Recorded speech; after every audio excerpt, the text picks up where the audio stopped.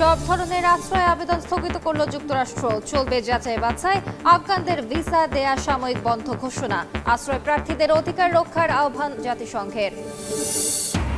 সিরিয়ায় ইসরায়েলি হামলায় শিশুসহ নিহত 13। গাজা ও পশ্চিম তীরে দখলদারদের তাণ্ডব। যুদ্ধাপরাধের অভিযোগে ফিলিস্তিনিদের কিলিং মিশন থামাতে বিশ্বকে। ঘূর্ণিঝড় ও বন্যায় শ্রীলঙ্কায় মৃতের সংখ্যা বেড়ে 123, নিখোঁজ প্রায় 150। ইন্দোনেশিয়ায় 250-র বেশি প্রাণহানি। থাইল্যান্ডে ক্ষতিগ্রস্ত 35 লাখ মানুষ, সতর্কতা জারি। এবং হংকংয়ে ভয়াবহ আগুনের ঘটনায় সংস্কার কাজে গাফিলতি ও দুর্নীতির অভিযোগ। আটক আরও 8 জন, এখনও নিখোঁজ 2 শতাধিক। পরিচয় শনাক্ত কেন্দ্রে স্বজনহারাদের ভিড়।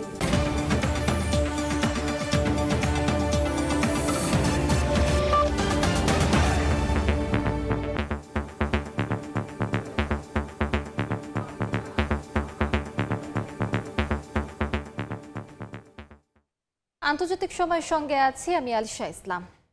যুক্তরাষ্ট্রে সব ধরনের আশ্রয় আবেদনের সিদ্ধান্ত স্থগিত করেছে ট্রাম্প প্রশাসন। স্থানীয় সময় শুক্রবার দেশটির অভিবাসন দফতর USCIS এর পরিচালক জানান, প্রত্যেক আবেদনকারীকে সর্বোচ্চ মাত্রায় যাচাই বাছাই না করা পর্যন্ত সব সিদ্ধান্ত স্থগিত থাকবে। একই সঙ্গে আফগান পাসপোর্টধারীদের ভিসা প্রদান তাৎক্ষণিকভাবে স্থগিত করা হয়েছে বলে জানিয়েছেন মার্কিন পররাষ্ট্রমন্ত্রী মার্কো রুবিও। দ্বিতীয় মেয়াদে মার্কিন মসনদে বসার পর থেকেই অভিবাসন ইস্যুতে বেশ তৎপর প্রেসিডেন্ট ডোনাল্ড ট্রাম্প। সম্প্রতি যুক্তরাষ্ট্রের রাজধানী ওয়াশিংটন ডিসিতে ন্যাশনাল গার্ডের 2 সদস্যের ওপর আফগান নাগরিকের হামলায় হতাহতের ঘটনায় নড়ে চড়ে বসেছে ট্রাম্প প্রশাসন। এরপর এটিকে সন্ত্রাসী হামলা আখ্যা দিয়ে ট্রাম্প বলেন, অভিবাসন নীতিতে আরও কঠোর অবস্থান নেওয়া হবে।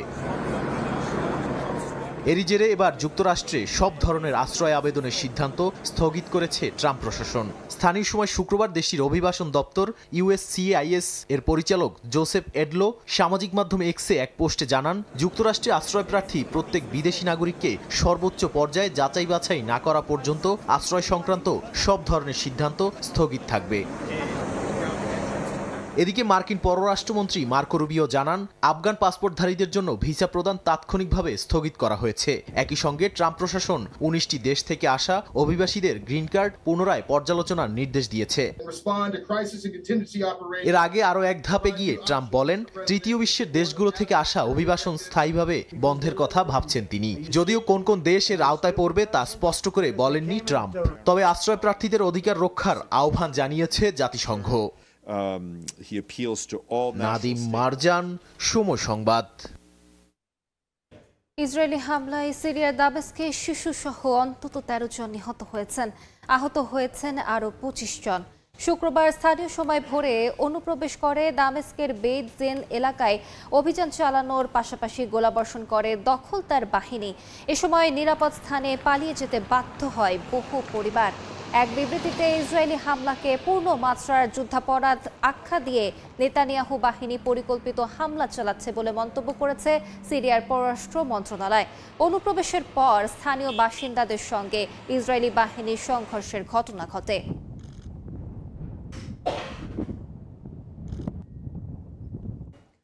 এদিকে গুলি গ্রেনেডে গাজা ও পশ্চিম তীরে তাণ্ডব চালিয়ে যাচ্ছে ইসরায়েল।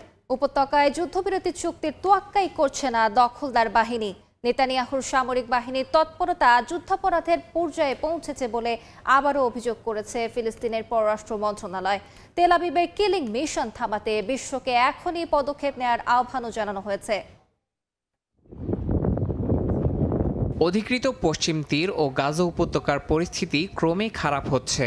ইসরায়েলি বর্বরতায় বাড়ছে হতাহতের সংখ্যা। খান ইউনিসের উত্তর পূর্বাঞ্চলে ইসরায়েলি ড্রোন হামলায় আহত হয়েছেন কয়েকজন ফিলিস্তিনি, আর বনি সুহাইলায় পাওয়া গেছে নিহতের খবর। ফারা আশ্রয় শিবিরে ইসরায়েলি অভিযানেও আহত হয়েছেন বেশ কয়েকজন। বুরকা গ্রামে ইসরায়েলি সেনারা গুলি ও স্টান গ্রেনেড ব্যবহার করায় আতঙ্ক ছড়িয়ে পড়ে। রাতভর অভিযান, বাড়ি তছনছ, গ্রেফতার সব মিলে দখলকৃত অঞ্চলে থামছে না ইসরায়েলি চাপ।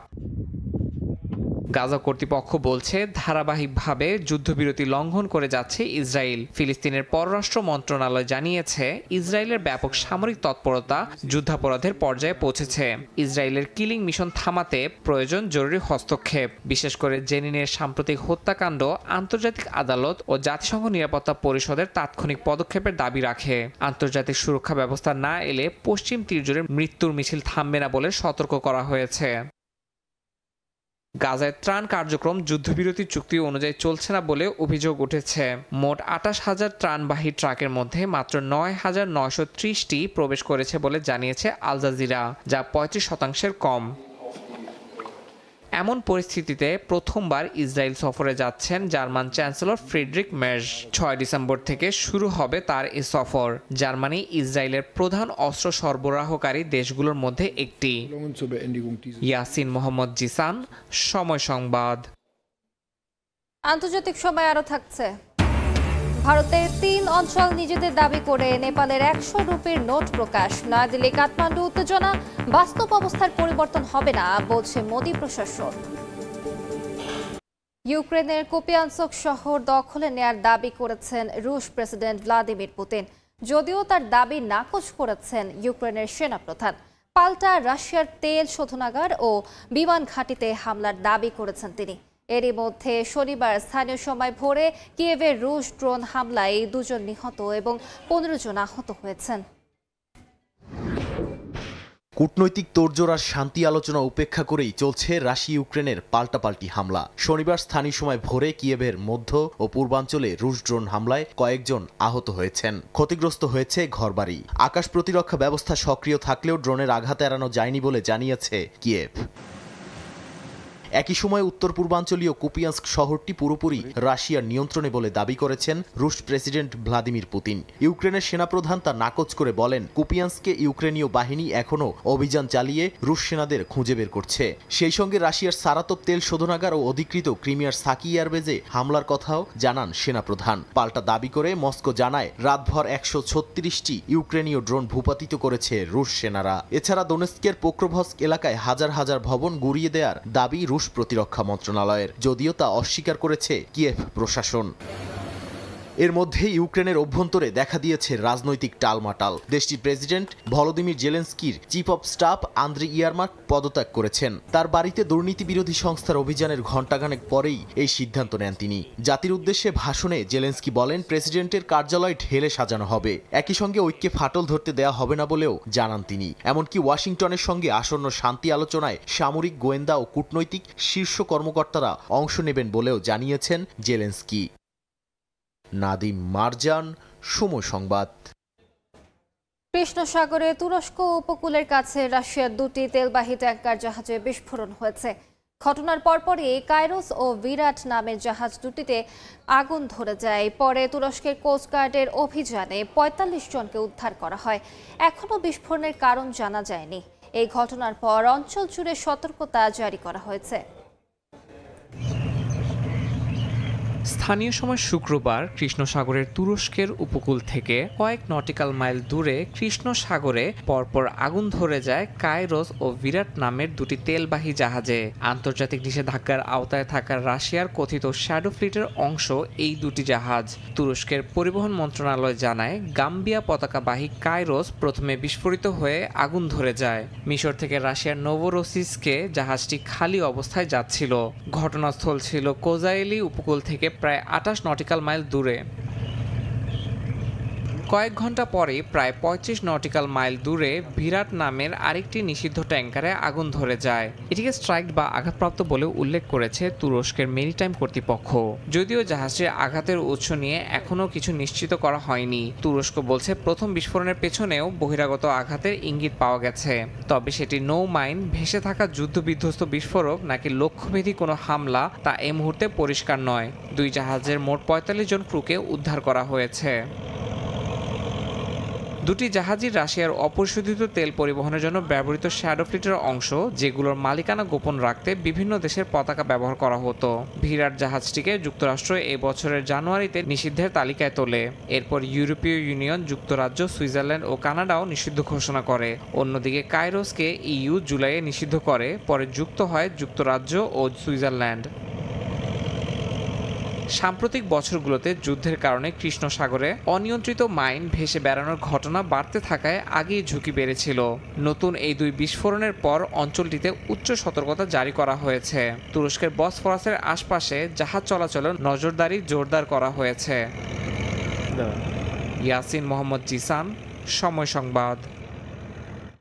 ঘূর্ণিঝড় ও বন্যায় শ্রীলঙ্কায় মৃতের সংখ্যা বেড়ে 123 জনে দাঁড়িয়েছে।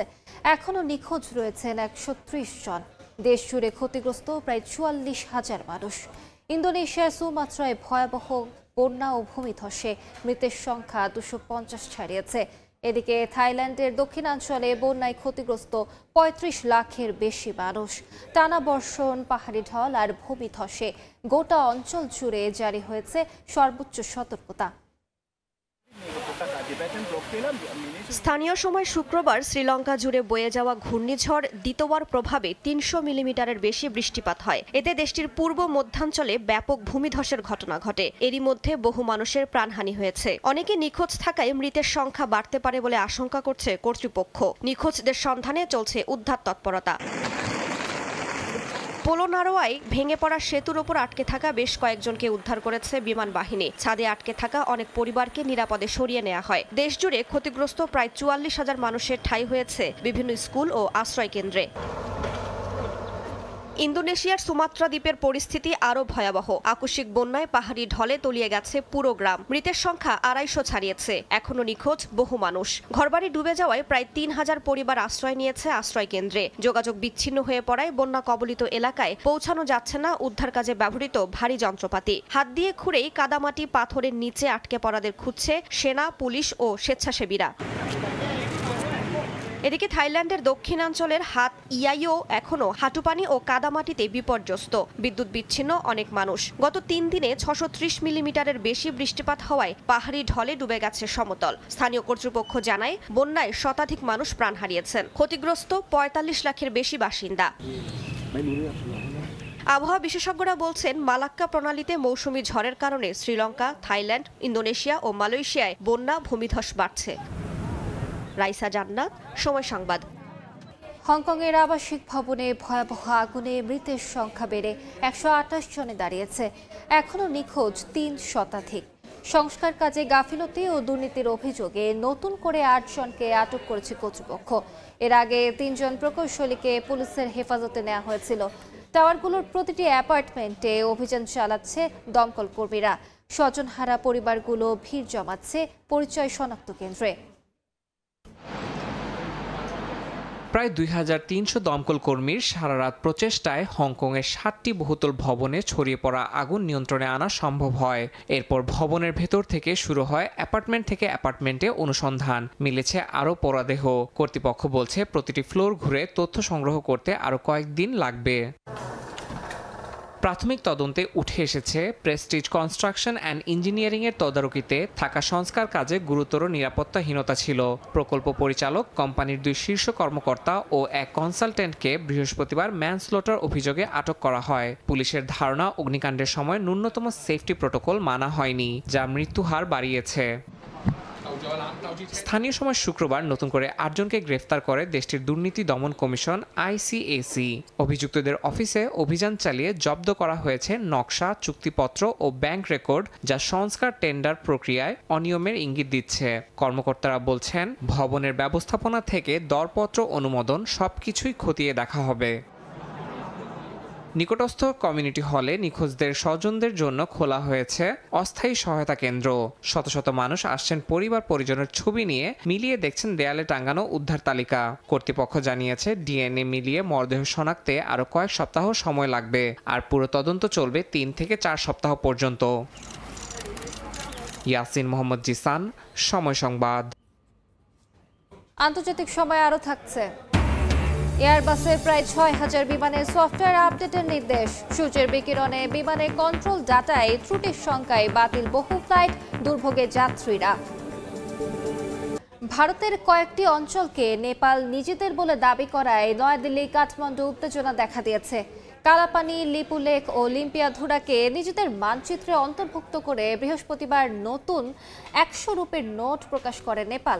এ বিষয়ে কড়া প্রতিক্রিয়ায় নয়াদিল্লি জানায়, এমন একতরফা দাবি দ্বিপাক্ষিক চুক্তির লঙ্ঘন। এর মধ্য দিয়ে সীমান্তের বাস্তব অবস্থা পরিবর্তন হবে না বলেও জানায় মোদী প্রশাসন। এই ইস্যুতে সরকার আরও কঠোর অবস্থান না নেয়ার তীব্র সমালোচনা করেছে বিরোধী দল কংগ্রেস। অরুণাচল প্রদেশ নিয়ে গত ৬ দশক ধরে দ্বন্দ্বে জড়িয়ে আছে দুই প্রতিবেশী দেশ ভারত ও চীন। রাজ্যটিকে নিজেদের বলে দাবি করে আসছে বেইজিং। চলমান এই উত্তেজনার মধ্যে এবার নিজেদের মানচিত্রে ভারতের কালাপানি, লিপুলেখ এবং লিম্পিয়াধুরাকে অন্তর্ভুক্ত করেছে নেপাল। গত বৃহস্পতিবার নেপালের কেন্দ্রীয় ব্যাংক কর্তৃক প্রকাশিত ১০০ রুপি নতুন নোটে এই সংশোধিত মানচিত্রকে স্থান দেওয়া হয়েছে। এতে নেপালের জাতীয় ফুল গুরাসের ওয়াটারমার্ক, লুম্বিনীর অশোক স্তম্ভ, পেছনে এক শৃঙ্গ গন্ডারের ছবি রাখা হয়েছে। নেপালের কেন্দ্রীয় ব্যাংক কর্তৃক জারি করা নতুন এই নোটটিতে সাবেক গভর্নর মহাপ্রসাদ অধিকারীর সই রয়েছে। নোটটি ইস্যুর তারিখ দেখানো হয়েছে ২০২৪ সাল। নেপালের এমন পদক্ষেপের কড়া প্রতিক্রিয়া জানিয়েছে ভারতের পররাষ্ট্র মন্ত্রণালয়। এই ৩ অঞ্চল ভারতেরই অংশ বলে সাফ জানিয়ে দিয়েছে তারা। এমন একতরফা ও ঐতিহাসিক সত্য বিচ্যুত দাবি দ্বিপাক্ষিক চুক্তির লঙ্ঘন এবং বাস্তব অবস্থাকে কোনোভাবেই পরিবর্তন করতে পারে না বলে মন্তব্য করেছে নয়াদিল্লি। তবে এই ইস্যুতে ভারত সরকার শক্ত অবস্থান না নেয়ার কড়া সমালোচনা করেছে বিরোধী দল কংগ্রেস। নেপালের সঙ্গে অঞ্চল নিয়ে বিরোধের ঘটনা এবারই প্রথম নয়। এর আগে ২০২০ সালে নেপাল প্রথম এই মানচিত্র প্রকাশ করে এবং পরে তা দেশটির পার্লামেন্টে অনুমোদনও পায়। ভারত তখনই নেপালের দাবি একতরফা বলে প্রত্যাখ্যান করেছিল। মালিহা সুহরওয়ার্দী, সময় সংবাদ। ইউরোপের বিমান নির্মাণকারী প্রতিষ্ঠান এয়ারবাসের হাজারো ফ্লাইট চলাচলে বিঘ্নের শঙ্কা দেখা দিয়েছে। সূর্যরশ্মি থেকে সৃষ্ট তীব্র বিকিরণ উড়োজাহাজ নিয়ন্ত্রণে গুরুত্বপূর্ণ তথ্য নষ্ট করতে পারে এমন আশঙ্কায় অন্তত ৬,০০০ এয়ারলাইন্সের সফটওয়্যার হালনাগাদের নির্দেশনা দিয়েছে প্রতিষ্ঠানটি। গণমাধ্যমের তথ্য অনুযায়ী এয়ারবাসের A320 মডেলের বিমানে এ সমস্যা শনাক্ত হয়েছে। এরই মধ্যে জাপান, অস্ট্রেলিয়া সহ বিভিন্ন দেশের বহু ফ্লাইট বাতিল করা হয়েছে। এতে দুর্ভোগে পড়েছেন যাত্রীরা। গেল অক্টোবরের শুরুতে মেক্সিকো থেকে যুক্তরাষ্ট্রগামী একটি জেট ব্লু ফ্লাইটে হঠাৎ কমে যায় উচ্চতা। এরপরই তদন্তে উঠে আসে সূর্যের তীব্র বিকিরণে বিমানের গুরুত্বপূর্ণ কম্পিউটার সিস্টেমে ডাটা বিকৃতির বিষয়। এরই জেরে ইউরোপীয় বিমান নির্মাতা সংস্থা এয়ারবাসের A320 সিরিজের মোট বহরের অর্ধেক অর্থাৎ বিশ্বজুড়ে প্রায় ৬,০০০ বিমান চিহ্নিত করে সতর্কতা জারি করা হয়। প্রতিষ্ঠানটি জানায় তাদের বেশিরভাগ বিমানের সফটওয়্যার আপডেট প্রয়োজন। প্রতিটি বিমানে সময় লাগতে পারে প্রায় ৩ ঘন্টা। প্রায় ৯০০টি পুরনো বিমানে কম্পিউটার বদলাতে হবে, আর সেগুলো পুরোপুরি ঠিক না হওয়া পর্যন্ত যাত্রী বহন করতে পারবে না। ইউরোপের বিমান নিরাপত্তা সংস্থা জানিয়েছে নির্দিষ্ট সময়সীমার পর এসব বিমান শুধু যাত্রী ছাড়া উঠতে পারবে। যুক্তরাজ্যের বিমান নিয়ন্ত্রক সংস্থা সতর্ক করে জানায় এই আপডেট প্রক্রিয়ার কারণে কিছু ফ্লাইট বাতিল ও বিলম্ব হবে। যুক্তরাষ্ট্রে থ্যাঙ্কসগিভিং এর মতো ব্যস্ত ভ্রমণ সপ্তাহে সমস্যা আরও চোখে পড়ছে। মার্কিন এয়ারলাইন্স জানিয়েছে তাদের ৩৪০টি বিমানও একই সমস্যায় আক্রান্ত। এরই মধ্যে যাত্রীদের সম্ভাব্য ফ্লাইট বিঘ্নের কথা জানিয়েছে Delta Airlines, Air India, Wizz Air এবং এয়ার নিউজিল্যান্ড সহ বেশ কয়েকটি এয়ারলাইন্স।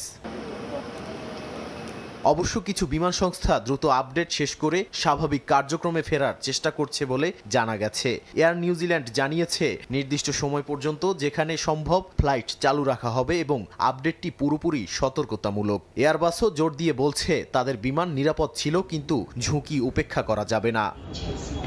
নাদিম মারজান, সময় সংবাদ। ভেনেজুয়েলার সঙ্গে সামরিক উত্তেজনার মধ্যেই দেশটির প্রেসিডেন্টের সঙ্গে ফোনালাপ হয়েছে ট্রাম্পের। গত সপ্তাহে দুই নেতা কথা বলেন বলে জানিয়েছে নিউ ইয়র্ক টাইমস।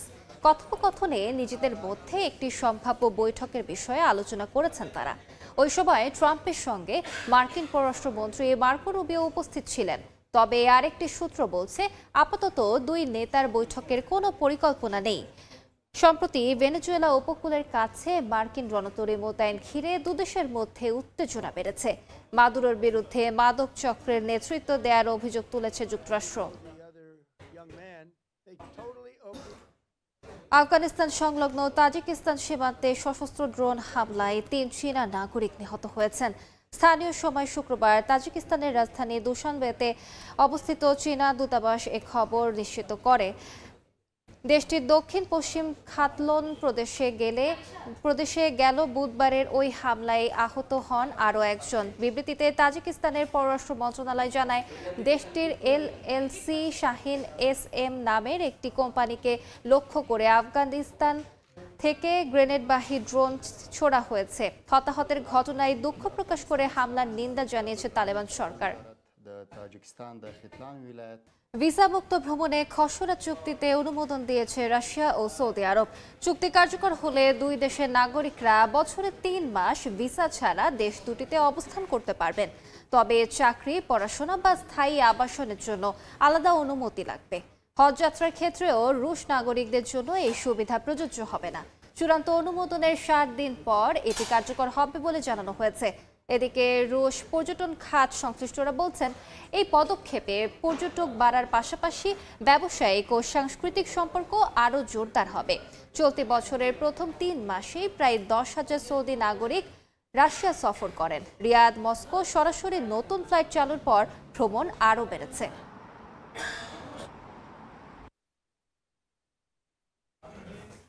আন্তর্জাতিক সময়ের শীর্ষ সংবাদগুলো জানিয়ে দিচ্ছি আরেকবার। সব ধরনের আশ্রয় আবেদন স্থগিত করল যুক্তরাষ্ট্র। চলবে যাচাই বাছাই। আফগানদের ভিসা দেয়া সাময়িক বন্ধ ঘোষণা। আশ্রয় প্রার্থীদের অধিকার রক্ষার আহ্বান জাতিসংঘের। সিরিয়ায় ইসরায়েলি হামলায় শিশুসহ নিহত 13। গাজা ও পশ্চিম তীরে দখলদারদের তাণ্ডব। যুদ্ধাপরাধের অভিযোগ ফিলিস্তিনের। কিলিং মিশন থামাতে বিশ্বকে পদক্ষেপ নেওয়ার আহ্বান।